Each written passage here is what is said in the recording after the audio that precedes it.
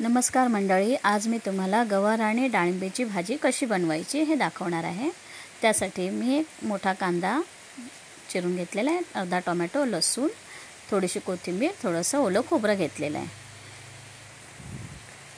आता एका कढईमध्ये मी छोटा चमचा तेल घालते। त्यामध्ये गवार थोडीशी परतून घ्यायची आहे। ही बघा, गवार छान परतून झालेली आहे।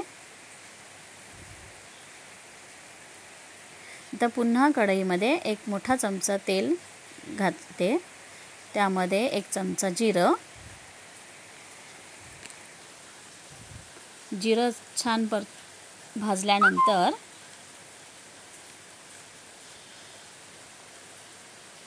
त्यामध्ये लसूण,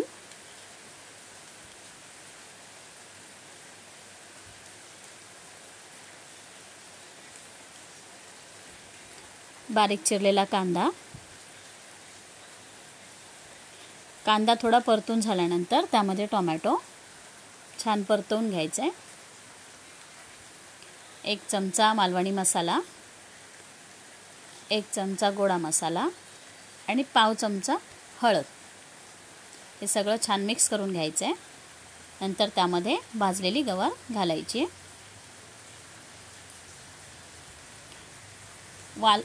डाळिंबी घालायची आणि छान परतून घ्यायचं आहे।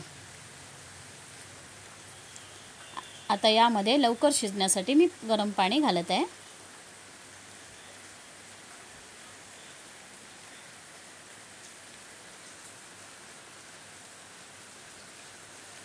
हे छान शिजल्यानंतर एक चवीनुसार एक चमचा मीठ,